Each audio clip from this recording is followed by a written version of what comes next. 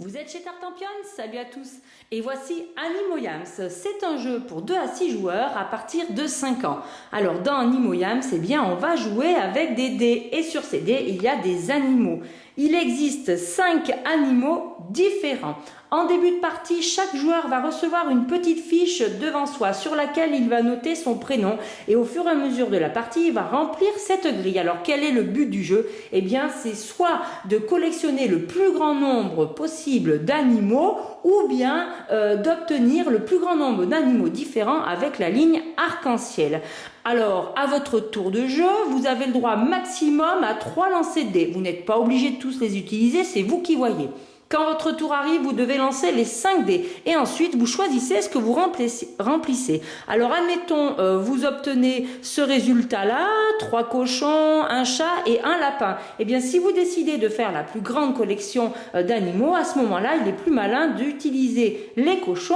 On voit la ligne des cochons et on en a 3, donc on va cocher comme ceci 3 cases. Alors attention!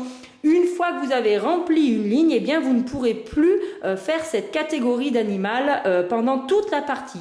Et à chaque tour, vous êtes obligé de remplir une catégorie, même si malheureusement pour vous, vous n'avez pas eu de chance au dé. Admettons, moi ici, j'obtiens ce même résultat-là, mais il ne me reste plus que la grenouille en catégorie d'animal. Eh bien, je ne pourrai rien cocher, mais je barrerai quand même la grenouille. Ça me fera 0 point.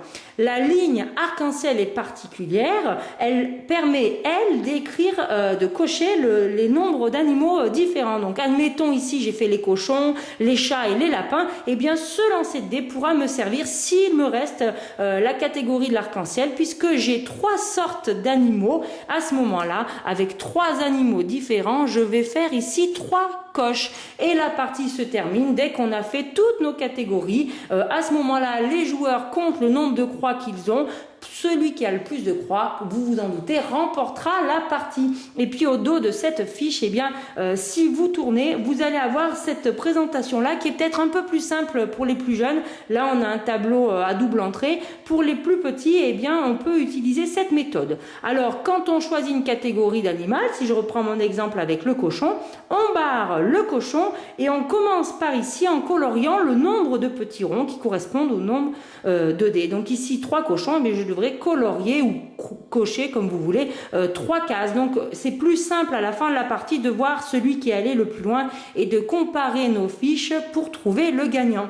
Et bien voilà pour ce petit jeu de hasard avec les dés pour commencer à jouer les animaux. C'est très simple et c'est très sympa. Moi je vous le recommande, chers amis, et je vous dis amusez-vous bien.